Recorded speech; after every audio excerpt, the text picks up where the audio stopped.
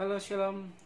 Ya, hari ini saya ingin bikin vlog tentang karunia bahasa roh. Ya, mungkin di sini kalian ada yang sudah punya karunia bahasa roh tapi nggak ngerti fungsinya apa sih bisa memiliki bahasa roh, ataupun yang mungkin kalian yang belum punya memiliki karunia tersebut rindu gitu ya untuk namanya berbahasa roh. Kalau saya secara pribadi menyarankan kalian yang belum punya bahasa roh, saya menyarankan untuk kalian itu punya karunia bahasa roh itu sendiri. Karena apa? Karena karunia bahasa roh itu banyak fungsinya gitu, dan banyak juga orang yang sudah menerima tapi nggak ngerti untuk namanya bukan mengartikan tapi memfungsikan gitu ya, bahasa roh itu sendiri gitu. Roh ya, namanya roh ya, bahasa roh ya, itu bahasa yang Tuhan berikan gitu ya. Sedikit saya ingin sampaikan ya kepada teman-teman juga ya, kerabat-kerabat teman-teman sekalian ya.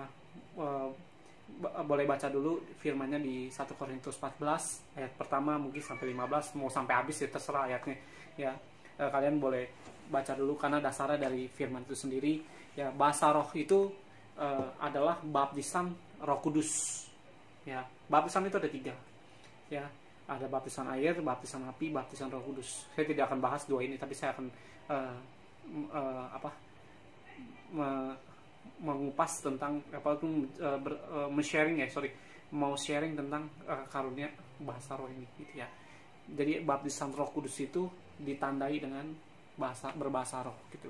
Apa sih fungsi berbahasa roh gitu ya? Berbahasa roh itu banyak hal sebenarnya gitu ya, tapi banyak yang saya ingin sampaikan tidak mengerti fungsinya. Mungkin nanti setelah nonton vlog ini kalian boleh berbagi kepada teman-teman kalian, atau kalian juga ingin sharing melalui video ini. Kalian boleh komentar, ingin bertanya dan sebagainya, atau kalian yang mungkin tidak mengerti mau bertanya, silahkan di komentar. Nanti saya akan bantu untuk namanya menjelaskan apa yang saya boleh terima di dalam Tuhan. Ya, sekali lagi saya ingin bikin vlog ataupun berbagi vlog ini karena sekali lagi dasar saya mau bikin ini semua bukan karena saya pinter khotbah, pinter di dalam Tuhan dan sebagainya, no. Tapi sepengalaman saya diizinkan Tuhan untuk menginjil, membawa domba, mengajari dan sebagainya ya, baik yang sudah Kristen, yang dari kecil mau yang dari besar ya. Saya melihat terkadang kok banyak orang Kristen yang nggak mengerti ini, nggak mengerti itu, sekalipun labelnya dia Kristen gitu, dari kecil sekalipun, ataupun bapak maknya udah keturunannya Kristen gitu. Tapi saya lihat baik yang tua, baik yang muda, baik yang berumur ini dan itu, saya lihat banyak hal yang tidak mengerti, baik tentang bagaimana cara bicara sama Tuhan, bagaimana berhubungan dengan Tuhan, bagaimana ini dan itu. Saya banyak lihat banyak orang yang mengerti. Itu dasar saya ingin bikin vlog ya. Dan saat ini saya ingin berbagi ya, bukan mengajari orang ya, tapi berbagi apa yang saya terima di dalam Tuhan. Saya ingin sharingkan kepada kalian. Jadi apa yang saya terima saya ingin berbagi kepada kalian, supaya kalian juga menerima impartasi ataupun menerima sesuatu yang Tuhan ajarkan dalam hidup saya. Saya boleh sharing kepada kalian semua sehingga juga bermanfaat bagi banyak orang. Oke, saya balik lagi tentang namanya karunia berbahasa roh ya. Bahasa roh itu adalah karunia yang Tuhan kasih. Tidak ada yang bicara begini sama saya, tidak semua orang dapat karunia bahasa roh. Saya katakan tidak. Semua orang bisa berbahasa roh, siapapun orangnya, baik kecil, baik muda, baik anak, baik bapak-bapak, baik yang kakek-kakek, nenek sekalipun bisa berbahasa roh. Bisa. Saya katakan ya, tidak dibatasi usia, tidak dibatasi ras, suku ataupun bangsa, tidak. Semua orang bisa menerima karunia bahasa roh. Bukan karena kalian gerejanya karismatik ataupun gerejanya yang non karismatik, yang suka bahasa roh, yang tidak suka bahasa roh. Bukan. Semua itu tergantung kita ya. Jadi yang didasari kita bisa menerima karunia bahasa roh, satu persyaratannya percaya Yesus terlebih dahulu, dan kamu akan bisa menerima bahasa roh. Kedua, yang menghalangi kita tidak bisa menerima bahasa roh adalah otak kita ataupun pikiran kita mereka-reka. Nah, nanti tapi saya akan bahas itu semua ataupun menceritakan ya bagaimana sih caranya yang baik dan tepat gitu ya. Ini menurut pengalaman saya ya. Jadi kalau kalian mungkin ada yang mau ditambahkan, baiknya begini, silakan kalian berkomentar sehingga kita saling berbagi dengan satu dengan yang lain. Yang kita nggak untuk saling menggurui, saling namanya menjegal satu dengan yang lain, karena saya percaya karunia bahasa roh itu adalah dari Tuhan, dan ada cara-cara yang mungkin kalian menerimanya karena begini, karena begitu, tapi saya akan berbagi dengan cara dimana saya menerimanya itu di dalam Tuhan, dan umumnya kalian boleh lakukan ini sehingga bisa menerima karunia bahasa roh ya. Oke, bahasa roh itu awal muasalnya saya akan sedikit bercerita gitu ya. Asal muasalnya bahasa roh itu gini. Iblis itu kan dari sorga. Ya, sebelum dia jadi iblis, dia adalah malaikat Tuhan. Yaitu Lucifer ya. Lucifer ini adalah malaikat Tuhan ya. Dan dia tahu semua cara kerja di sorgawi ya. Tahu cara kerja Tuhan Yesus bagaimana begini. Dia tahu semua everything tentang sorgawi. Contohnya misalnya gini, nah, kalau kalian dengar kemenyan, pasti identiknya adalah iblis. Pasti kalian 95% saya percaya kalian akan berpikiran kemenyan itu untuk setan. Saya tegaskan ya, kemenyan itu tidak selalu untuk setan. Karena apa? Kemenyan itu asal muasalnya itu dari Tuhan. Loh, dari Tuhan dari mana? Ya, kalian baca namanya firman Tuhan. Waktu Yesus lahir, ada orang Majus mempersembahkan apa? Kemenyan, emas, dan mur. Nah, kalau emang itu buat setan, masa Tuhan dianggap setan gitu kan? Nggak mungkin gitu. Kemenyan itu memang itu adalah sebuah dupa gitu sebenarnya asal muasal. Tapi saya tidak akan cerita panjang lebar tentang ke sana gitu ya. Ya itu sedikit yang saya ingin berbagi. Jadi saya beritahu. Jadi apa yang setan lakukan, semua itu apa yang dia tahu tentang di surgawi. Banyak hal, bukan hanya kemenyan, banyak hal menurut saya, dari air, bagaimana dia tentang ini dan itu, banyak hal yang, tapi saya tidak akan bahas ke sana karena bagi saya nanti banyak daripada kalian yang tidak mengerti akan jadi konflik gitu ya, dan saya tidak menginginkan itu. Ya jadi gini, saya balik lagi. Jadi diciptakannya bahasa roh karena malaikat Tuhan yang jatuh ini, yaitu bintang timur dan sebagainya, jatuh ke muka bumi, dan dia tahu semua dapurnya surgawi. Disitulah Tuhan ciptakan bahasa roh. Bahasa roh ini setan tidak bisa dengar, dan dia tidak akan tahu apa yang di roh kita ceritakan, doakan, pujian, bicarakan, tangisan, itu bisa lewat roh, bukan hanya jasmani. Seperti firman Tuhan di 1 Korintus ayat 14, kalau kalian baca, roh kita itu bisa berdoa tanpa kita berkata-kata secara jasmani. Ya, kayak misalnya ya rapataka rabashi karama ya rama. Nah, itu roh kita yang berdoa. Roh itu bisa berdoa, bisa memuji, bisa bernubuat, ataupun yang Tuhan sampaikan lewat roh kita, dan itu bisa berkata-kata. Dan di sini saya ingin sampaikan ya, bahasa roh itu adalah karunia, dan ada satu karunia lagi, yaitu bahasa menerjemahkannya atau mengartikannya. Jadi gini, kalau bahasa roh semua orang bisa memiliki ini, tapi karunia untuk menerjemahkannya nggak semua orang bisa memiliki ini. Ya, persyaratannya apa saya nggak akan jelaskan tentang hal ini gitu, karena ini memang level-level tertentu yang punya untuk menerjemahkan. Tidak semua orang memiliki itu gitu.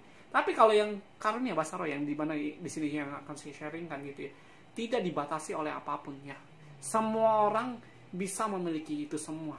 Jadi kalau kalian bilang bahasa roh itu untuk orang-orang tertentu, no. Sekali lagi saya yakinkan Anda ataupun teman-teman, bahasa roh itu semua orang bisa memilikinya. Di sini yang saya akan sampaikan untuk bagaimana bagian kita untuk menerima bahasa roh. Bahasa roh itu tetap dari karunia Roh Kudus itu tetap daripada Tuhan, bukan daripada manusia itu sendiri. Tapi ada bagian di mana karunia itu tidak bisa bekerja di dalam hidup kita oleh karena kita. Gitu.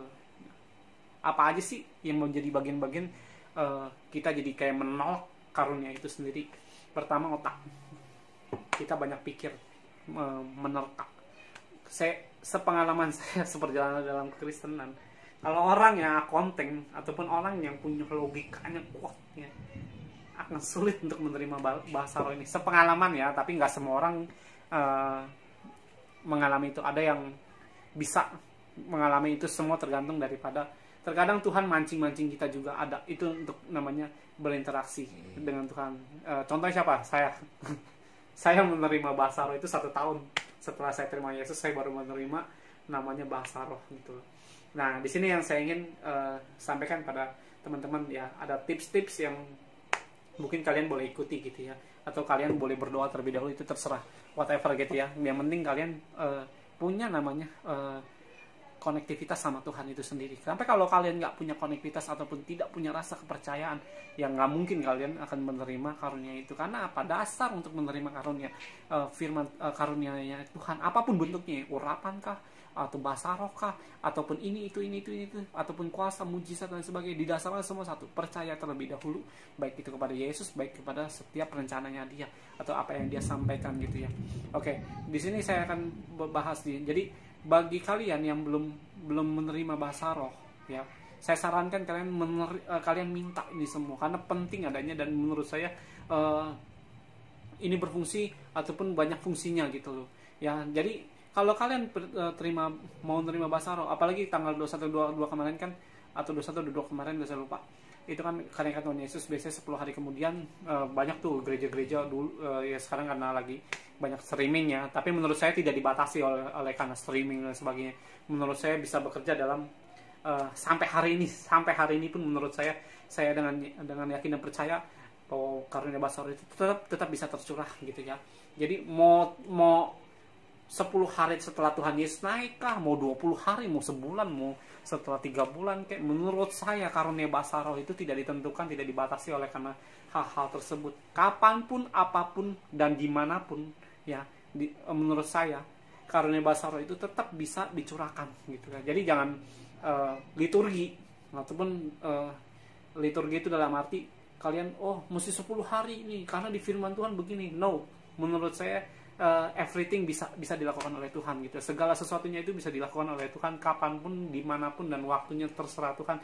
Itu sesuai dengan kebesaran Tuhan ya, ataupun maha dahsyatnya Dia. Oke, sekali lagi, jadi waktu kita mau menerima Yesus, pertama jangan banyak pikiran. Ini yang jadi penghalang nih. Dulu saya setahun ini karena begini nih, otak saya nih yang mereka-reka. Nah inilah kelemahan saya ya. Inilah segala macam, pokoknya logikanya main. Itu orang yang seperti itu, percayalah, karunia itu sulit untuk turun kalau tidak dibimbing. Dan puji Tuhan, saya dibimbing dan akhirnya saya menerima karunia bahasa roh itu. Jadi kalau kalian ada misalnya ibadah ya seringkali saya melihat di saat ada ibadah, siapa yang mau punya bahasa roh, angkat tangan dong. Nah di saat angkat tangan, hamba Tuhan ini seringkali tidak untuk namanya menyampaikan bagaimana caranya supaya bahasa roh itu cepat turun ataupun bisa kita terima gitu ya di dalam sebuah ibadah itu sendiri gitu ya. Ini yang kalian boleh lakukan gitu ya.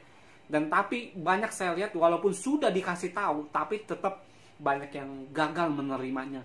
Karena apa? Karena malu, gengsi, dan di saat sudah menerimanya kadang malah ragu-ragu, apa benar ini bahasa roh? Nah itu karena apa? Saya juga mengalami titik itu gitu ya.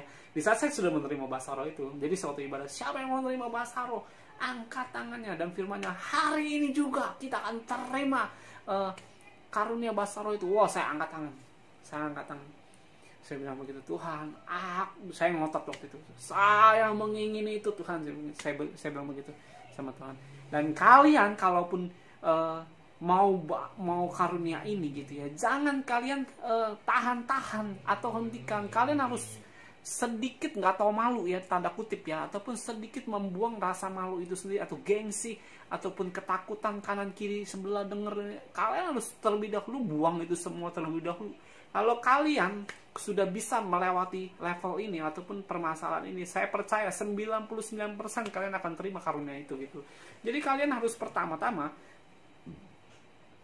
misalnya ada hamba Tuhan, siapa yang mau menerima kasih karunia, pasti kan kita angkat tangan. Dan di saat itu juga angkat kedua tangan kamu begini ya, saya contohkan begini, atau mau naik ke atas terserah, tapi jangan begini gitu ya, terima gitu loh. Namanya kalau kita terima duit begini ya, mana bisa terima duit gitu ya kan, kalau orang mau beri berkat gitu ya, atau uang atau angpau ya, atau rezeki ya. Di saat kalian mau ada orang ngasih gitu, terus kalian begini gitu ya, kira-kira apa yang terjadi? Ya tidak akan berkelanjutan, mungkin duitnya ditarik kembali gitu ya. Itu seperti itulah.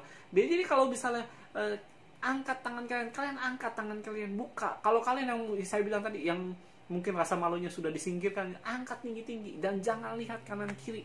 Jangan lihat kanan kiri, jangan lihat kanan kiri. Ya, saya perkatakan ini berkali-kali karena sering kali di saat saya belum menyampaikan ini, banyak juga orang yang masih takut-takut dan malu-malu, ataupun masih aduh gak enak nih dilihat orang. Nah, yang kayak gitu harus dibuang, karena kalau level di step ini kalian tidak bisa mengatasinya, menurut saya akan sulit untuk kalian terima gitu. Bukan karena Tuhan tidak berkuasa untuk bisa melepaskan itu. Terkadang ada orang yang tidak minta, Tuhan kasih, tapi ya itu tadi, di saat Tuhan kasih, orang tersebut walaupun orang itu tidak meminta, ada rencana Tuhan yang sebenarnya Tuhan ingin kerjakan di dalam hidup orang itu gitu loh. Tapi ada orang yang tidak menerimanya, dan sekalipun kita sudah memintanya belum menerimanya. Ada step-step di mana yang kita terhalang dengan rasa-rasa seperti ini ya. Jadi sekali lagi saya katakan sama teman-teman sekalian, ya, buang rasa malu itu dulu, karena ini penting. Kalau kalian sudah menyingkirkan namanya rasa malu, rasa takut, dan rasa minder itu sendiri gitu ya, karena minder bukan daripada Tuhan, ya saya percaya pasti kalian akan terima. Nah, di saat kalian angkat tangan begini, mulut kalian ya jangan diem. Di saat hamba Tuhan ini terima karunia bahasa roh, karunia Roh Kudus atau bahasa roh, terima ini, terus kita diem, percayalah nggak akan kalian terima. Terus mesti gimana? Kalian harus memuji Tuhan, bilang Tuhan haleluya, haleluya, haleluya. Itu nggak apa-apa, perkatakan haleluya, haleluya. Kalaupun kalian teriak dulu waktu saya terima, jadi gini, waktu itu saya masuk sebuah ibadah. Saya waktu itu ibadah di Tanjung Duren gitu, di sebuah ruko. Ada satu hamba Tuhan menurut saya cukup menarik lah ya. Terus dia datang di sesi akhir ibadah itu, dia bilang, siapa yang mau menerima bahasa roh? Wah, saya dengan lantang nih sebenarnya. Saya dari puluhan mungkin ya yang datang waktu itu, cuma 2 orang yang angkat tangan, yaitu saya dengan satu perempuan. Saya nggak kenal perempuan itu, tapi perempuan itu di sebelah saya persis. Saya angkat tangan saya tinggi-tinggi, bilang, Tuhan saya mau, Tuhan. Di hati saya berdoa, saya bilang begini, Tuhan jangan tahan Tuhan karuniamu untuk hidupku ya Tuhan, aku mengingini itu ya Tuhan Yesus, seperti perempuan yang mengingini remah-remah ya dalam firman Tuhan ya, yaitu ya perempuan yang Syria Fenisia ya kalau nggak salah ya. Saya seperti itu, saya mengingini sekalipun itu remah-remah, saya bilang gitu, Tuhan saya mengingini Tuhan, dan jangan tahan kebaikanmu dalam hidupku ya Kudus, ya Tuhan, saya bilang gitu. Terus abis itu, ayo angkat tangan kalian. Saya angkat, dan dia hamba Tuhan ini, saya hitung sampai 3, 1, 2, 3. Wah, saya teriak haleluya, haleluya, haleluya. Langsung suara saya berubah. Awal dari terima bahasa roh itu biasanya di la la la la la, atau lulu itu ada kayak gini, la la la la la la la. Nah, di saat saya terima la la la ada yang di. Nah, kalian jangan tahan lidah kamu gitu loh. Ataupun di saat ada yang sudah menerima, ragu-ragu, tidak melepaskan gitu ya. Maksudnya dengan bebas gitu. Lepaskan dengan bebas. Lepaskan gitu. Jangan berpikir apa ini bahasa roh. Ya, itu yang saya alami. Apa ini bahasa roh gitu. Itu sempat membuat saya waktu itu keraguan yang besar gitu. Tapi Tuhan tegur saya bilang. Ya, Tuhan tegur saya waktu itu. Tuhan bilang, mengapa kau ragu-ragu? Terima saja gitu. Akhirnya saya terima. Nah, di saat saya sudah menerima karunia bahasa roh itu, saya terus melatihnya. Jadi gini, saya ingin sampaikan kepada kalian, karunia bahasa roh itu bisa hilang. Loh, kok bisa hilang? Jadi ada yang mungkin pernah mengalami bahasa roh, terus tiba-tiba tidak bisa lagi. Apa itu bisa terjadi? Bisa dengan sangat jelas bisa. Dan saya banyak menemukan anak-anak Tuhan yang dulunya on fire, tiba-tiba bahasa rohnya baru-baru on fire lagi, hilang bahasa rohnya sama sekali. Karena apa? Itu tidak diaktifkan.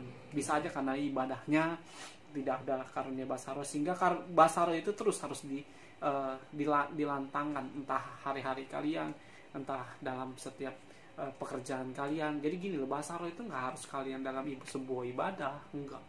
Bahasa roh itu bisa dipakai dimanapun, kapanpun, dan waktunya itu terserah.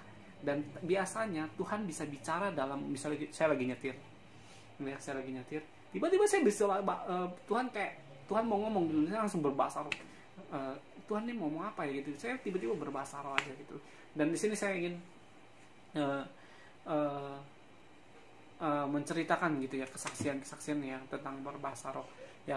Jadi kayak misalnya gini, saya balik lagi, bahasa roh itu bisa hilang ya kalau kalian tidak namanya mengaktifkannya gitu ya, entah itu dalam ibadah ataupun kalian buka celah, kalian terus ngerokok ya. Banyak kadang-kadang Kristen tuh yang merokok, maaf ya. Bisa nggak hilang? Bisa hilang. Karena apa? Kalian mendukakan karunia itu ya, mendukakan Roh Kudus di dalam roh Tuhan itu ada pada kita loh. Roh Tuhan itu ada di dalam hidup kita. Kalian bisa mendukakan, bisa menyenangkannya, itu semua tergantung kalian ya. Jadi karunia bahasa roh itu bukan untuk orang tertentu. Semua orang bisa punya bahasa roh ya. Jadi kalau kalian, wah saya sudah umur begini, apa iya bisa berbahasa roh? Bisa. Mau umur 100, mau umur 1000 tahun pun kalau kalian masih hidup bisa. Yang penting percaya Yesus terlebih dahulu.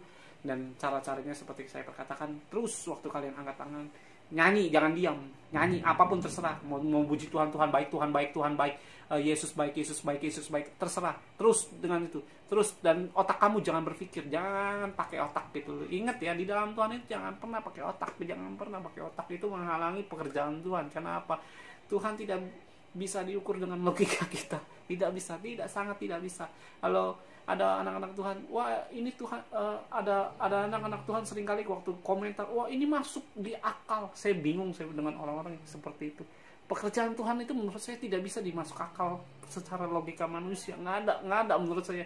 Jadi jangan pernah kita sebagai orang Kristen bilang, wah ini masuk akal. Nggak ada yang masuk akal menurut saya pekerjaan Tuhan. Kalau kalian bilang masuk akal secara manusiawi, pekerjaan Tuhan, menurut saya itu bukan Tuhan justru.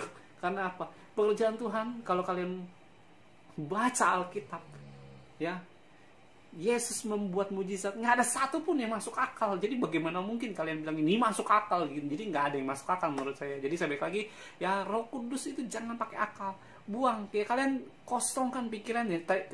Saya pernah buat vlog tentang bagaimana menerima urapan Tuhan atau merasakan Tuhan. Nah itu saya pernah berbagi.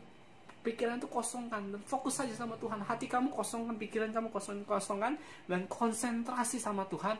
Minta dan terus sambil memuji. Dulu waktu itu saya bilang haleluya, haleluya, sampai saya teriak loh. Dan saat itu kalian mau waktu saya terima bahasa roh itu, yang terima cuma 2 orang, saya dan perempuan itu yang angkat tangan aja yang terima, yang lainnya kagak terima. Saya juga nggak ngerti. Tapi yang paling frontal saya sama perempuan ini. Ya, perempuan ini teriak juga, saya juga teriak juga, saya nggak mau kalah gitu, karena saya ngotot sama Tuhan, saya nggak mau nggak terima gitu. Dan akhirnya saya terima bahasa roh itu ya. Bahasa roh itu fungsinya apa ya? Bahasa roh itu bisa menghalaukan misalnya kecelakaan di depan, entah mungkin kalian dirampok, entah kalian mungkin ditodong, atau mungkin akan ada tabrakan, kecelakaan. Bisa nggak dengan berbahasa roh itu semua itu dihalaukan? Bisa ya, asal percaya ya. Jadi kalau kadang-kadang gini, ya ini sebenarnya kalau saya jelaskan mungkin bisa 1-2 jam gitu. Tapi saya tidak akan jelaskan secara banyak hal ya. Saya tetap ada durasi ya. Jadi bahasa roh itu roh kita yang berdoa sama Tuhan. Terkadang misalnya saya udah capek nih, saya letih dengan permasalahan hidup saya misalnya gitu ya. Saya pernah ngalamin kayak gitu. Saya juga bilang Tuhan, abis saya posisi saya lagi berdoa, saya bilang Tuhan, tiba-tiba roh saya langsung berdoa. Langsung saya berdoa dengan bahasa roh saya. Ya rapata karabashi karana ya ramasik kiripiti kurana ya rabasi. Saya langsung berbahasa roh saja. Saya udah nggak bisa ngomong lagi nih. Mau ngomong apa nih? Kadang-kadang kita hidup dalam proses Tuhan itu, dalam tekanan yang hebat. Kita udah bingung nih mau ngomong apa. Disitulah fungsi roh, bahasa roh itu berdoa kepada Allah Bapa kita gitu. Dan roh itu yang akan connect dengan Tuhan. Dan itu nggak akan pernah dicuri oleh iblis. Ya, bahasa roh itu bisa untuk peperangan melawan iblis yang tidak terlihat. Ya, kalau hal ini saya tidak akan jelaskan secara detail karena saya percaya nggak semua orang bisa menerima hal-hal yang seperti ini, karena ini di luar nalar manusia. Kalau kalian mempertanyakan ini semua dengan logika, saya tidak akan jawab. Kenapa? Roh itu tidak bisa diukur dengan secara hukum manusiawi ya. Roh itu kan tembus tembok ibaratnya. Kalau roh lo ya tembus tembok, Ya jelas kalau manusia nggak bisa tembus tembok, tapi roh itu. Nah gimana tuh cara hitungannya ya? Namanya roh itu nggak bisa diukur dengan pikiran manusia, ya itu ya. Terus roh itu bisa menyampaikan pesan Tuhan. Nah itu tadi karunia, namanya mengartikan atau menerjemahkan atau nubuat yang sering kita kita dengar ya. Nubuat itu bisa perkataan bahasa, bisa penglihatan ya. Tapi saya nggak akan bahas tentang ini. Tapi ini bisa berkaitan, saling berkaitan ya. Jadi bahasa roh itu fungsinya banyak gitu. Bisa namanya nanti kita mau bisa sering kali ada namanya konseling ya, datang kepada kami, mau ketemu klien nih gini. Oh gampang, kamu berbahasa roh aja. Kamu berbahasa roh. Kamu nanti akan Tuhan bekerja dalam hidup kamu. Kamu akan berkata-kata nggak tahu dah dengan cara bagaimana gitu. Tapi kamu berdoa dulu, dia itu dengan bahasa roh. Ya dan sekali lagi saya ingin sampaikan kepada teman-teman sekalian gitu ya. Bahasa roh itu memang datangnya daripada Tuhan ya. Tapi karunia roh itu bisa dilatih. Setelah kalian memilikinya tentunya ya, bukan kalian tidak memilikinya apa yang mau dilatih ya. Ya, banyak orang bilang, "Oh, karunia roh itu Tuhan yang setting." No. Ya, saya kasih tahu, roh itu bisa namanya kita latih. Dulu saya di sini kalian harus punya keterbukaan ya. Jangan ada penentangan dalam pikiran kalian. Maksud sih bisa dilatih? Ya, saya ngomong begini karena saya udah ngalamin. Jadi saya bisa bercerita ataupun bisa bersaksi buat kalian. Jadi saya tidak ngomong kosong ataupun ngomong yang ada mengada-ngada, yang tidak difirmankan atau di dalam Alkitab tidak ada. Tapi saya punya pengalaman ini bersama Tuhan, dan saya bisa menyaksikan ini karena saya ngalamin ya. Kayak tadi saya sebutkan bagaimana saya bisa di dalam level bahasa yang tadi ya. Kalau awal orang berbahasa roh biasanya di da lu la la la, atau ya di itu pemula biasanya. Tapi kalau kalian tidak latih ya, atau kalian tidak mengartikan, bisa hilang. Kedua, ya di terus. Kalau kalian mendengar misalnya orang ini di terus setahun kemudian orang itu nggak pernah namanya ngelatih bahasa rohnya. Gimana cara melatih bahasa roh? Gitu. Ya, sekali lagi ya, bahasa roh itu fungsinya banyak ya. Selain daripada kita berdoa, misalnya saya lagi berdoa buat orang, ya Tuhan ini Tuhan, tolong orang ini, tiba-tiba langsung roh Tuhan itu turun, langsung saya bahasa roh untuk orang itu, orang ini, saya berdoa untuk orang ini langsung berbahasa roh. Saya nggak tahu roh saya berdoa untuk apa gitu ya. Saya tidak punya untuk namanya karunia menerjemahkan bahasa roh. Ini bukan sembarangan untuk bisa diterima sekalipun itu anak-anak Tuhan, karena menurut saya banyak hamba-hamba Tuhan yang bisa mengartikan bahasa roh, banyak juga yang tidak bisa gitu ya. Itu tergantung kalian punya mau minta apa enggak gitu. Tapi sekalipun itu minta juga, itu ada proses, ada harga yang harus kalian bayar terlebih dahulu, dan itu tidak gampang gitu ya. Saya itu bukan menakut-nakuti ya, tapi sepengalaman saya di dalam Tuhan ini yang saya lihat gitu ya, saya rasakan. Saya pernah minta ini tapi belum dapat sampai hari ini gitu ya. Jadi saya tidak akan bahas tentang menerjemahkan, karena menurut saya akan cuma membahas tentang bagaimana cara menerima bahasa roh dan fungsinya apa aja gitu ya. Jadi waktu kalian sudah menerima bahasa roh bahasa roh itu bisa dilatih. Jadi gini, suatu ketika waktu saya sudah menerima bahasa roh, cara ngelatihnya gimana? Nah, suatu hari saya setelah menerima bahasa roh itu, saya masuk kamar, berdoanya itu cuma bahasa roh. Saya nggak ngambil gitar, nggak memuji, nggak menyembah, langsung bahasa roh aja, bahasa roh. Nah, waktu saya bahasa roh, suatu ketika, dan biasanya saya bahasa roh itu setengah jam, sehari setengah jam. Saya pakai waktu itu saya ngukur pakai waktu. Tahu dari mana setengah jam? Karena saya ngukur pakai waktu gitu. Saya menakar sehari minimal saya setengah jam bahasa roh. Jadi saya ambil jam atau handphone waktu itu, saya lupa. Saya menakar, jam segini saya mulai. Saya akan mengakhirnya minimal jam segini gitu. Dan saya berbahasa roh. Awalnya membosankan, ya saya bilang gitu terus gitu. Tapi setelah beberapa hari gitu ya, beberapa minggu, saya lupa lah tepatnya berapa lama, tiba-tiba saya dibawa Tuhan, bahasa roh saya berbeda. Bahasa roh itu ya Jangan kira kalian itu cuma yang kiara patak karabashi kara patak. Ada yang bahasa Mandarin, ada yang bahasa Jepang, ada yang bahasa India, ada yang bahasa Arab, ada yang bahasa ini, bahasa itu, bahasa ini. Itu banyak. Ada yang bahasa Spanyol, ada yang bersaksi. Dulu ada satu hamba Tuhan yang dari Indonesia, ya, satu hamba Tuhan ini menurut saya cukup terkenal ya sebenarnya. Dia KKR di Amerika. Nah, ada orang Spanyol datang ke Amerika ikut KKR dia. Tiba-tiba satu hamba Tuhan ini bahasa rohnya bahasa Spanyol. Padahal orang Indonesia ini, hamba Tuhan Indonesia ini tidak punya tidak mengerti bahasa Spanyol. Dan orang yang dengar bahasa Spanyol ini bertobat. Dia bilang, "Kamu itu berdoa luar biasa baik." Itu Tuhan bicara ternyata. Dan ada yang Tuhan izinkan orang biasa bisa mengerti bahasa roh itu. Dan Tuhan berkata-kata lewat bahasa roh itu sehingga orang itu mengerti. Ya, ini kedaulatan Tuhan, kebesaran Tuhan. Jangan kalian menakar sekali lagi dengan pikiran dan dengan otak. Kalian tidak akan mampu dan kalian mungkin akan masa iya nih, ya, itu bisa jadi sebuah hujatan di hadapan Tuhan dan itu jadi hal yang mengerikan sebenarnya gitu ya. Jangan pernah seperti firman Tuhan bilang, jangan pernah menghujat Roh Kudus karena tidak akan ada ampun. Kalian menghujat anak Allah gitu Yesus, ada ampun, tapi menghujat pekerjaan Roh Kudus kalian itu tidak akan ada ampun. Ya, itu sesuai dengan firman Tuhan ya. Ya, jadi ada yang pernah satu hamba Tuhan, ibu rohani kami waktu itu lagi berdoa. Orang ini orang Mandarin.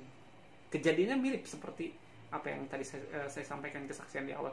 Ya, jadi dia waktu dia berdoa, ada satu ibu-ibu orang Mandarin, dia nggak ngerti bahasa Indonesia. Ada satu orang Indonesia. Nah, ini yang orang Indonesia ini bawa orang Mandarin ini kepada ibu rohani kami, dan ibu rohani kami juga nggak ngerti bahasa Mandarin gitu loh. Dan tapi ini orang Indonesia ini menerjemahkan gitu loh. Tapi seketika waktu dia berdoa berbahasa Mandarin. Dan Anda mau percaya atau tidak, whatever, terserah Anda gitu ya. Orang Mandarin ini awalnya orang China ya pastinya ya. Saya lupa China atau Taiwan. Terima Yesus karena bahasa. Jadi bahasa roh itu. Ya, jadi bahasa roh itu banyak fungsinya. Jangan kita kira bahasa roh cuma buat nyembah Tuhan. No. Banyak fungsinya. Jadi bahasa roh itu selain daripada kita memuji Tuhan, bisa konektivitas kita berdoa buat orang lain, berdoa buat hidup kita. Kita udah nggak bisa berkata-kata apa-apa lagi, tapi roh kita lah yang berdoa untuk hidup kita.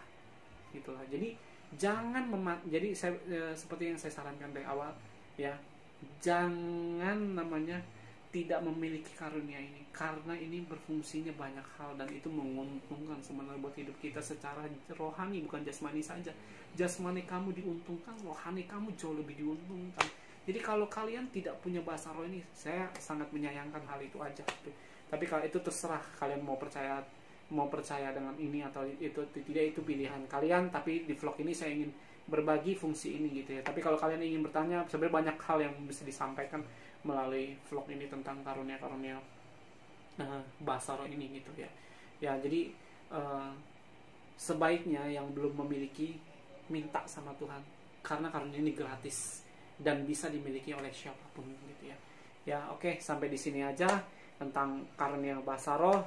Saya berdoa supaya kalian juga terima impartasi bahasa terima karunia bahasa roh gitu, supaya kalian juga diberkati, bukan secara rohani saja tapi secara jasmani. Kalian juga mengalami namanya upgrade gitu di dalam Tuhan gitu. Karena menurut saya roh itu luas, roh itu sungguh ajaib, apalagi roh Tuhan lagi yang bekerja gitu ya.